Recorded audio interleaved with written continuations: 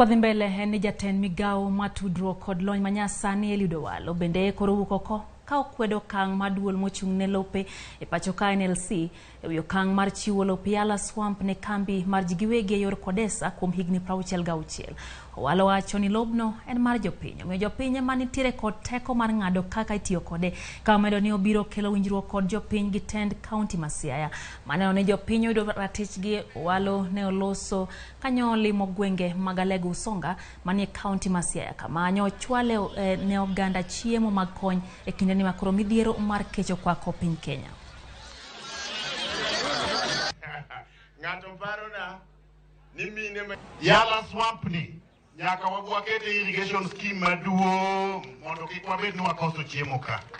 Yala Swamp ka kwatime irrigation wabedo gi chiemo ya kutosha ka mwater nyaka e counties maoko kata pana pinje maoko.